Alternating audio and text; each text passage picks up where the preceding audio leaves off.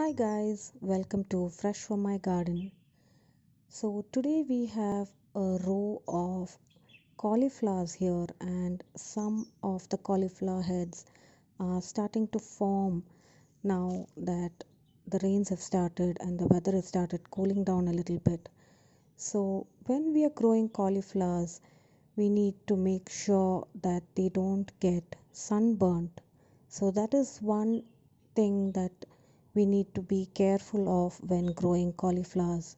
There are two ways of doing this. To prevent the cauliflower heads from getting sunburnt, we need to cover them up with the leaves of the plant. And one way to do is to wrap around all the bigger leaves around the cauliflower head and tie it up with a rubber band or a string.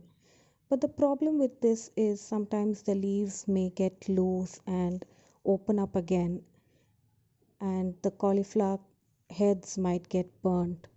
I have tried doing the bunching of leaves and tying them up together, but it did not work for me previously. So this time I decided to do it a little bit differently. And whichever way it is done, the main thing is to make sure that the cauliflower head is not exposed to direct sunlight because it can change the color of the cauliflower heads. So here I'm breaking off one big leaf from the bottom of the plant and placing it gently on the cauliflower head. So in this case, whenever we want to take a look at how the heads are forming or how good the growth is, we can just lift up the leaf and take a look at it and make sure that there is no pest or bug infection on the cauliflower heads.